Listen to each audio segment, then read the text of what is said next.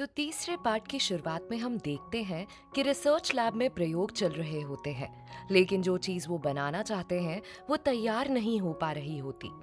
अब इसके बारे में मिस्टर सोजी को इन्फॉर्म किया जाता है कि सोरा को वापस लाना होगा, वरना काम सही से नहीं होगा। इसलिए वैज्ञानिक सुझाव देते हैं कि अगर आप कहें तो हम कनाडा के ब्लड का इस्तेमाल कर सकते हैं। लेकिन मिस्टर सोजी इसके लिए साफ मना कर देते हैं कि नहीं, उसे बीच में मत लाओ। मैं मोमोको से कहूंगा कि वो जल्द से जल्द सोरा को वापस ले आए और दोबारा मेरे सामने कनाडा की बात मत करना, क्योंकि वो हमारी एक बड़ी गलती थी। लेकिन ये बात कभी उसे पता नहीं चलनी चाहिए। पर हम नोटिस करते हैं कि ये बात बाहर खड़ा खड़ा वही काले कपड़े वाला शख्स सुन रहा होता है, जो अक्सर सोरा को दिखता था। और अब हमें पता चलता है कि असल में इसी का नाम कनाडा है। खैर, तो इस तरह दरवाजे के बाहर कनाडा सब सुन लेता है और गुस्से में खुद से कहता है कि मैं किसी की रिप्लेसमेंट नहीं बनना चाहता।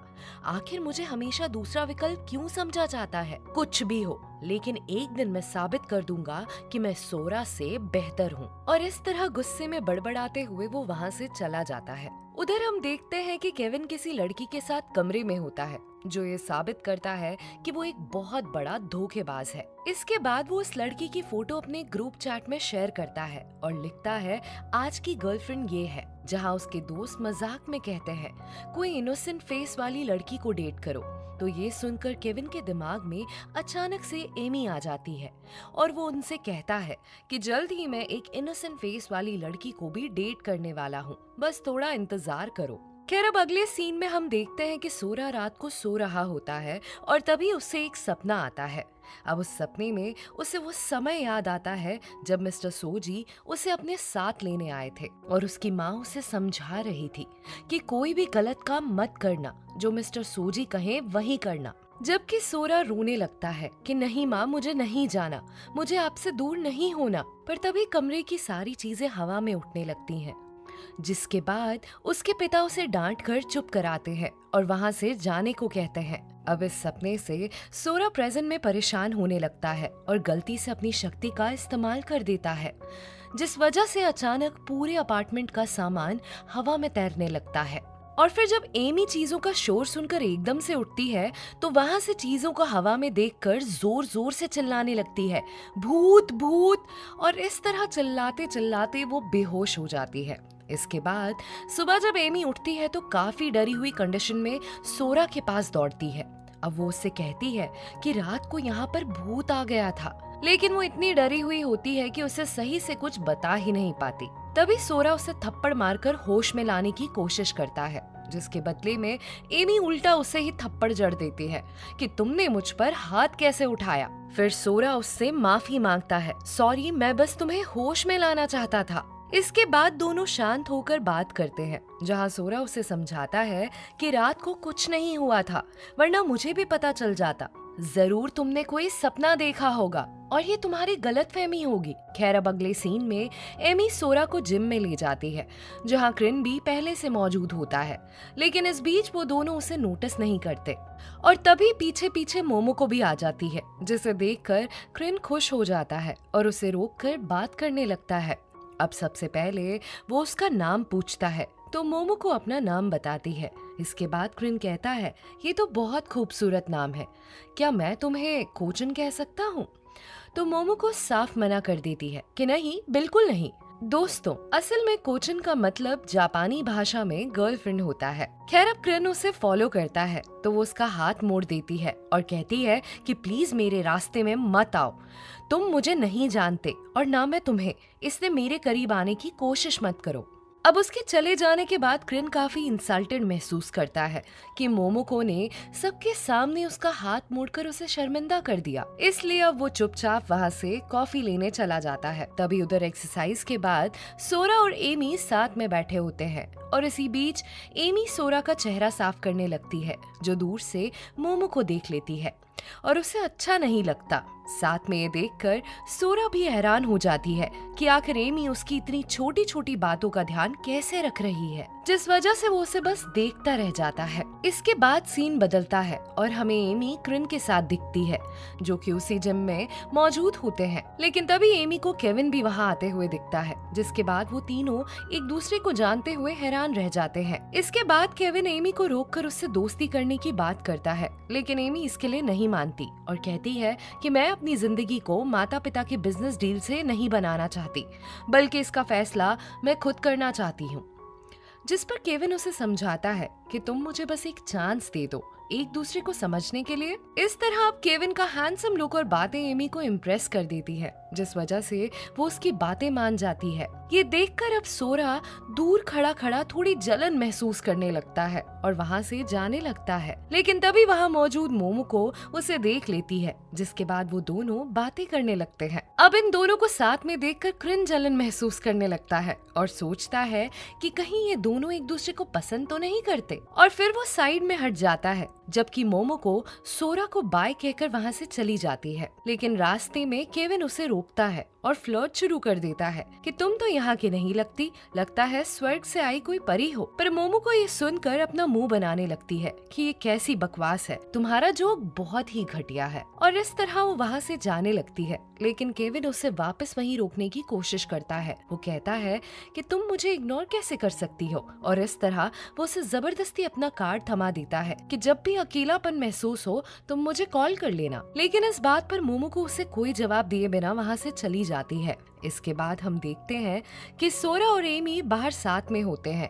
तभी एमी सोरा को बताती है कि तुम अकेले घर चले जाओ, आज मुझे केविन के साथ लंच पर जाना है। तो ये सुनकर सोरा को पता नहीं क्यों लेकिन थोड़ा सा बुरा लगता है, लेकिन वो चाहते हुए भी एमी को रोक नहीं सकता था, और इतने में एमी केविन के साथ चली जाती है। फिर उसके जाने के बाद क्रिन सोरा के पास आता है और कहता है लाओ मैं तुम्हें घर ड्रॉप कर दूं, और वैसे भी साथ में तुमसे एक बात पूछनी है। तो सोरा इसके लिए मान जाता है और दोनों कार में चले जाते हैं। फिर रास्ते में क्रिन अपनी कार रोकता है और सीधा पूछता है क्या तुम मोमोको को डेट कर रहे हो, यानी उसे पसंद करते हो। तो सोरा मना कर देता है कि नहीं ऐसा कुछ नहीं है। ये सुनकर क्रिन थोड़ा राहत महसूस करता है, लेकिन फिर पूछता है तो क्या तुम एमी को पसंद करते हो। तो सोरा थोड़ा हिचकिचाते हुए कहता है नहीं। अब ये जवाब क्रिन को थोड़ा अजीब लगता है और वो सोरा के करीब आकर पूछता है तो क्या तुम मुझे पसंद करते हो, यानी तुम्हारा इंटरेस्ट लड़कों में है। तो सोरा जल्दी से उसे दूर कर देता है और कहता है नहीं नहीं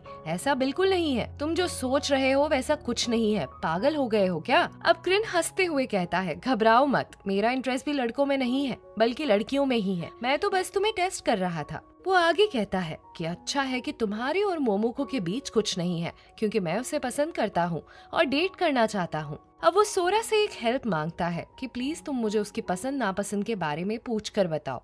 तो सोरा इसके लिए मान जाता है। इसके बाद अब हमें लैब का सीन दिखाया जाता है जहाँ रिसर्च चल रही होती है, और तभी वहाँ एक खतरनाक खुलासा होता है जिसके बारे में वैज्ञानिक आके फौरन मिस्टर सोजी को बताते हैं कि जिस मेडिसिन पर हम काम कर रहे थे, जो सोरा की भागने से पहले उसकी बॉडी में इंजेक्ट की गई थी, उसका रिजल्ट बहुत खराब आया है। यानी अगर सोरा ने बाहर अपनी शक्तियों का ज्यादा इस्तेमाल किया तो उसकी मौत हो सकती है, इसलिए हमें उसे जल्द से जल्द लैब में वापस लाना होगा। ये सुनकर अब मिस्टर सोजी फौरन मोमोको को फोन करके यही सब बातें बताते हैं कि अगर तुम सोरा को जिंदा देखना चाहती हो तो उसे जल्द वापस ले आओ, वरना वो मर जाएगा। ये खबर मिलते ही मोमोको परेशान हो जाती है और सोचने लगती है कि कैसे सोरा को जल्दी से जल्दी वापस लेकर आया जाए। उधर हम देखते हैं कि एमी और केविन साथ में होते हैं और बात कर रहे होते हैं, लेकिन इस बीच सोरा बार बार एमी को कॉल करके परेशान कर रहा होता है, जिस पर एमी उसे डांटती है कि बार बार कॉल करके मुझे परेशान मत करो। तो इस तरह सोरा भी परेशान होकर कॉल काट देता है और मोबाइल चार्जर पर लगा देता है। फिर जब उसे भूख लगती है तो वो नूडल्स लेने कन्वीनियंस स्टोर जाता है, जहाँ उसकी मुलाकात फिर से मोमोको से होती है। अब मोमोको उसे ऑफर करती है कि क्या तुम मेरे साथ पास के नए रेस्टोरेंट में नूडल्स खाना पसंद करोगे। तो सोरा उसके लिए तुरंत मान जाता है और वो दोनों नूडल्स खाने चले जाते हैं। फिर बातों ही बातों में मोमोको उससे पूछती है कि क्या तुम्हारा जापान वापस जाने का मन नहीं करता, क्योंकि वहाँ कुछ लोग तो होंगे जो तुम्हारी फिक्र करते होंगे। तो सोरा उदास होकर उससे कहता है नहीं, मेरा जापान वापस जाने का मन नहीं करता क्योंकि जो मेरे अपने थे वो अब यहीं थाईलैंड में है। तो ये सुनकर मोमोको एकदम से चुप हो जाती है। इसके बाद सोरा को क्रिन की बात याद आती है कि उसे उसकी मदद करनी चाहिए थी, इसलिए अब वो मोमोको से उसकी पसंद नापसंद के बारे में पूछता है। तो मोमोको उसे अपनी अच्छी बुरी चीजें बताती है और यहीं पर ये सीन कट हो जाता है। इसके बाद रात में हम देखते हैं कि जब सोरा घर लौटता है तो वहाँ से अपनी माँ का वही पत्र मिलता है जो उसकी माँ के भेजे सामान में मौजूद था। इसके बाद वो बैठकर उसे पढ़ने लगता है और इमोशनल होकर अपनी माँ को मिस करने लगता है। अब उसी समय केविन एमी को घर ड्रॉप करने आता है और बाय करने के वक्त वो एमी का हाथ पकड़ लेता है। इसके बाद वो उससे कहता है कि होप तुमने मुझे थोड़ा बहुत समझना शुरू कर दिया होगा। तो एमी समझ नहीं पाती कि क्या जवाब दे, इसलिए वो कहती है, हाँ, एक दोस्त के तौर पर तुम मुझे अच्छे लगे। तो केविन इस बात पर नकली हंसी हंसता है, जिसके बाद एमी बाय कहकर वहां से चली जाती है। और उसके जाते ही हम देखते हैं कि केविन वहां से गुजर रही एक दूसरी लड़की को रोककर अब उससे फ्लर्ट करना शुरू कर देता है, जो कुछ ही सेकंड में उसकी बातों से इम्प्रेस भी हो जाती है। उधर अपार्टमेंट में जाते वक्त वहां का वॉचमैन एमी को बताता है कि तुम्हारे ऊपर रहने वाली दादी की आज मौत हो गई है, इसलिए संभल कर रहना, क्या पता उनकी आत्मा अभी भी यहाँ हो। अब एमी तो ऐसी थी कि जिसे बचपन से भूतों का डर था, इसलिए ये सुनकर वो काफी डर जाती है। उधर हम देखते हैं कि सोरा अपनी माँ को मिस कर रहा होता है और इस बीच वो अपनी शक्ति से टिश्यू बॉक्स उठा लेता है, जिसे देखकर एमी डर से चिल्लाने लगती है कि यहाँ जो टिश्यू है उसमें भूत है, ये घर ठीक नहीं है, इसलिए मैं यहाँ से जा रही हूँ। इस तरह वो अब अपने कमरे में सामान पैक करने लगती है, ये कहते हुए कि मुझे यहाँ एक मिनट भी नहीं रुकना। हालांकि सोरा उसे समझाता है कि जैसा तुम सोच रही हो वैसा कुछ भी नहीं है, और अगर भूत आ भी गया तो मैं हूँ ना, मैं तुम्हें प्रोटेक्ट करूंगा। ये सुनकर अब एमी शांत हो जाती है और उसे पूछती है, क्या सच में तुम मुझे प्रोटेक्ट करोगे? तो सोरा उसके आंसू पोंछते हुए कहता है, हाँ, मैं हमेशा तुम्हें प्रोटेक्ट करूंगा, चाहे तुम किसी भी परेशानी में क्यों ना हो, इसलिए अब डरना बंद करो और चुप हो जाओ। तो ये सुनकर एमी खुश हो जाती है क्योंकि उसे शुरू से यही चाहिए था, यानी कोई ऐसा लड़का जो उसकी रक्षा करे और उसका अच्छे से ख्याल रखे। और इस तरह वो प्यार से सोरा को देखने लगती है। खैर, अब इसके बाद रात में हम देखते हैं कि एमी सोने की कोशिश कर रही होती है और सोरा उसके पास बैठा होता है। वो इसलिए क्योंकि जब तक एमी सो नहीं जाती तब तक वो सो नहीं सकता था, क्योंकि एमी को अभी भी भूत का डर सता रहा था। इसके बाद हम देखते हैं कि आधी रात को सोरा को फिर से बुरे सपने आने लगते हैं, जिससे पूरा कमरा कांपने लगता है। फिर वापस एमी ये शोर सुनकर उठ जाती है और डरते हुए बाहर चेक करने लगती है, जहां उसे कंबल हवा में उड़ता हुआ दिखाई देता है। ये देखकर अब वो फिर से जोर से सोरा का नाम चिल्लाती है और उसे उठाकर अपने साथ कमरे में ले जाती है और कंबल में कवर करते हुए कहती है कि डरो मत, सब ठीक हो जाएगा, जो भी भूत है वो यहाँ से चला जाएगा। इसके बाद वो प्रार्थना भी करने लगती है कि गॉड प्लीज भूत को भगा दो। अब सोरा उसे देखता रहता है, ये महसूस करते हुए कि एमी इस वक्त उसके कितने करीब है। इसके बाद वो उससे चुप कराता है कि तुम फिक्र मत करो, अब सब ठीक हो चुका है। फिर एमी धीरे धीरे शांत होती है और सोरा को देखने लगती है, जबकि सोरा भी उसे निहारता रहता है। इसके बाद अब सोरा को अपनी भावनाएं समझ आने लगती हैं कि वो एमी को पसंद करता है, लेकिन एमी अभी भी अपनी भावनाओं से अनजान है। इसके बाद सुबह जैसे ही एमी सोकर उठती है तो सोरा उसके पास ही होता है। फिर उसे फोन आता है कि सोरा के माता पिता मिल गए हैं, जिसके बाद एमी खुशी से झूम उठती है और सोरा को ये बात बताती है। इसके बाद ये दोनों उस जगह पहुंचते हैं जहां कॉल करने वाले ने मिलने बुलाया था, लेकिन पता चलता है कि ये सब सिर्फ एक चाल थी, जबकि असल में कुछ बदमाशों ने उन्हें लूटने के इरादे से वहां बुलाया था। अब जैसे ही ये बात खुलती है तो एमी सोरा से पीछे रहने को कहती है, क्योंकि वो उसे कमजोर समझती थी, और इस तरह वो उन गुंडों से लड़ने की कोशिश करती है, हालांकि उन्हें मार नहीं पाती। इस बीच सोरा उसे मना करता है, लेकिन एमी नहीं रुकती, इसलिए अब फाइनली सोरा को अपनी शक्तियों का इस्तेमाल करके एमी को बचाना पड़ता है। जबकि बाहर से ऐसा लगता है कि एमी गुंडों को हरा रही है, जबकि पीछे से सोरा अपनी शक्तियों से उसकी मदद कर रहा होता है। फिर आखिर में एमी कहती है कि देखा, मैंने इन्हें कैसे सबक सिखाया, तुम देख रहे हो ना। तो सोरा कहता है, हाँ, तुम वाकई कमाल हो। अब थोड़ी दूर मौजूद मोमो को भी उन्हें फॉलो करते हुए वहां तक पहुंच जाती है। फिर लंबे सीन के बाद एमी गुंडों को हरा देती है, हालांकि सारा क्रेडिट सोरा की शक्तियों का था।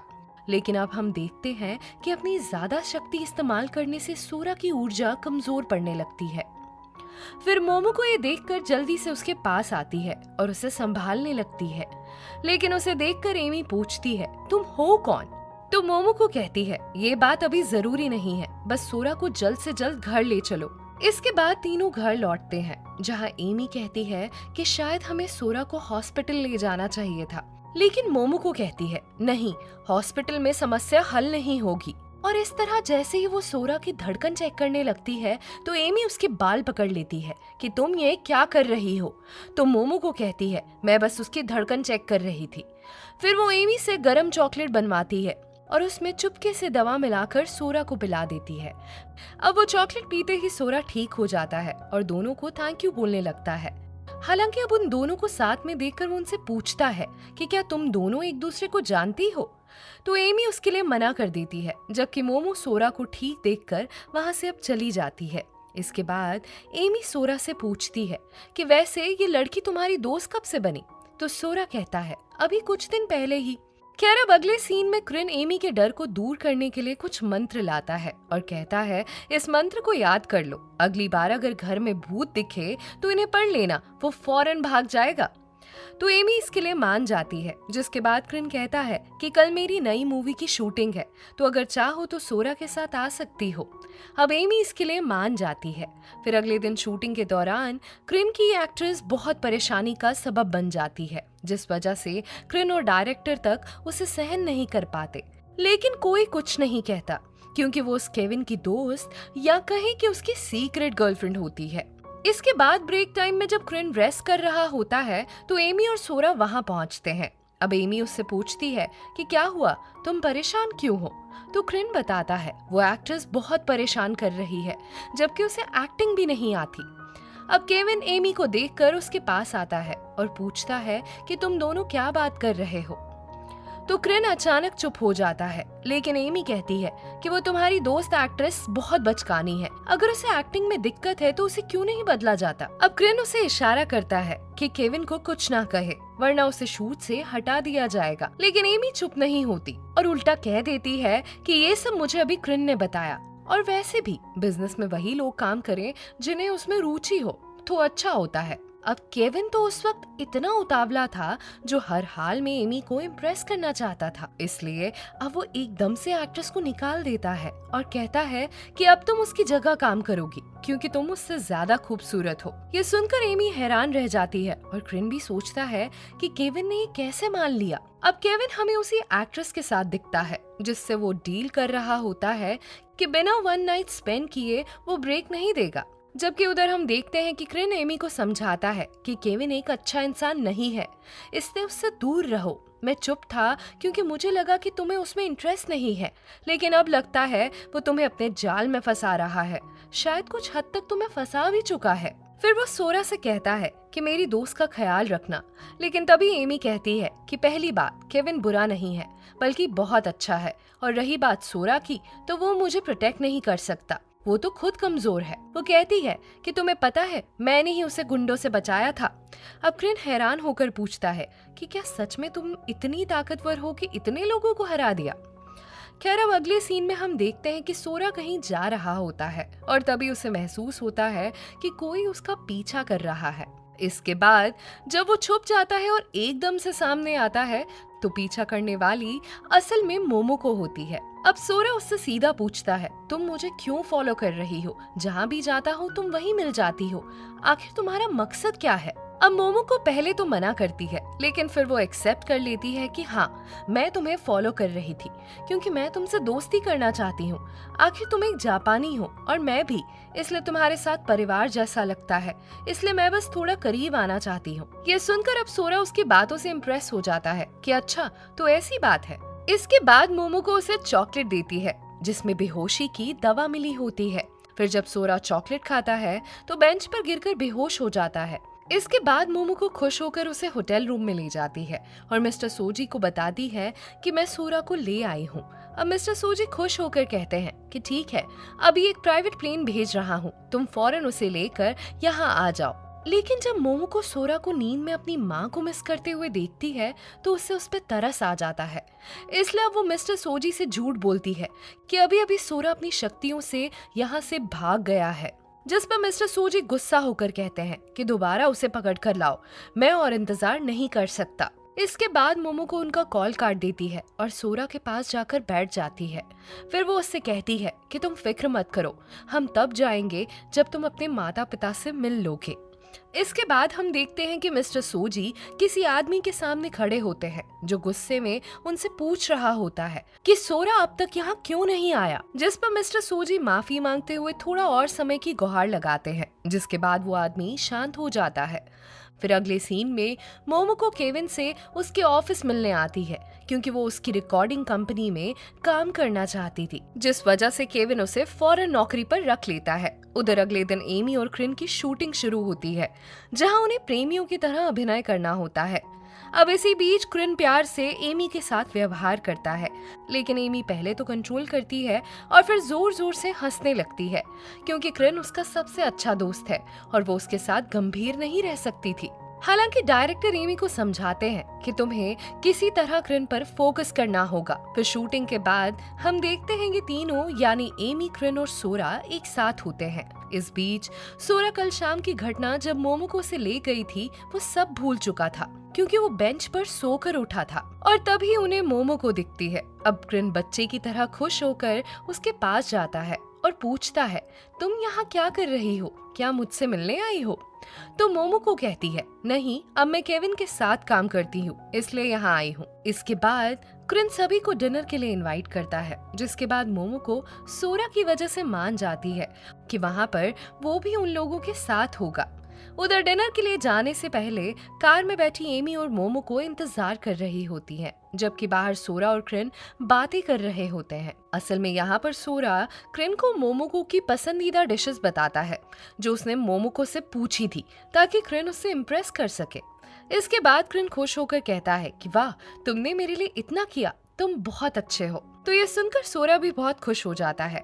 फिर हम देखते हैं कि वो चारों अब आउटडोर डाइनिंग में होते हैं। तभी क्रिन मोमोको की पसंद का सारा खाना ऑर्डर करता है ताकि वो इम्प्रेस हो सके, लेकिन इस वक्त मोमोको का सारा ध्यान सोरा पर होता है, जिस वजह से वो बार बार सोरा की सेहत के बारे में पूछती है और उसी से सवाल करती है, जिससे क्रिन को बहुत बुरा लगता है। अब वो पूछता है, तुम सिर्फ सोरा की फिक्र क्यों करती हो, मेरी भी फिक्र कर सकती हो, मेरी सेहत के बारे में भी पूछ सकती हो। तो मोमोको कहती है, तुम बिल्कुल हेल्दी और फिट हो, इसलिए मैंने नहीं पूछा। उधर सोरा का ध्यान सिर्फ एमी पर होता है क्योंकि हम देखते हैं कि वो उसे खाना देता है, लेकिन वहीं एमी का मूड खराब होने की वजह से वो कुछ नहीं खाती। तभी अचानक एमी का फोन बजता है जिस पर केविन का कॉल आता है और वो बातचीत अच्छी होने पर वो खुशी खुशी सारी डिशेस खाने लगती है। ये देखकर अब क्रिन कहता है, देखो केविन से बात करने के बाद उसे कैसे भूख लग गई। तो सोरा इस सुनकर जलन महसूस करने लगता है और पूछता है, क्या तुम सच में केविन को पसंद करने लगी हो? तो एमी ये एक्सेप्ट कर लेती है कि हाँ, मैं उसे पसंद करने लगी हूँ क्योंकि वो बहुत हैंडसम है। लेकिन ये सुनकर अब सोरा केविन की बुराई करने लगता है कि नहीं, वो कहीं से हैंडसम नहीं दिखता, बल्कि वो एकदम अजीब सा दिखता है। इसलिए अगर मैं तुम्हारी जगह लड़की होता तो मेरे हिसाब से क्रिन सबसे हैंडसम होता। अब क्रिन हैरान होकर पूछता है, क्या सच में तुम मुझे हैंडसम बोल रहे हो? थैंक यू सो मच मेरे दोस्त। लेकिन तभी वो मोमोको से कहता है, देखा, सब मुझे सुपर हैंडसम मानते हैं, सिर्फ तुम नहीं मानती। पर हम देखते हैं कि मोमोको ये सुनकर चुप ही रहती है। उधर अब एमी और सोरा के बीच बहस बढ़ जाती है और सोरा गुस्से में उठकर वहां से चली जाती है। इसके बाद मोमोको उसके पीछे जाती है, जबकि क्रिन एमी को डांटता है कि क्या तुम केविन की थोड़ी कम तारीफ नहीं कर सकती थी? देखो, तुम्हारी वजह से मेरी वाली भी चली गई। ये सुनकर अब एमी कहती है, मैंने सिर्फ सच कहा था, इसमें बुरा लगने वाली क्या बात है? उधर मोमोको सोरा को रोकने की कोशिश करती है, लेकिन वो अब नहीं रुकता और तभी सामने से एक तेज बाइक आती है, जिसके बाद सोरा अपनी शक्ति से वो बाइक रोक देता है, जिससे वो दोनों बच जाते हैं। और तभी सामने से एक तेज बाइक आती है, जिसके बाद सोरा अपनी शक्ति से वो बाइक रोक देता है, जिससे वो दोनों बच जाते हैं। लेकिन इसके बाद वो अचानक फिर से बेहोश हो जाता है और उसकी हालत खराब होने लगती है। असल में ऐसा इसलिए हुआ क्योंकि उसने फिर से अपनी पावर्स को यूज किया था। इसके बाद मोमो को परेशान होकर उसे अपने घर ले जाती है और रात भर उसका ख्याल रखती है।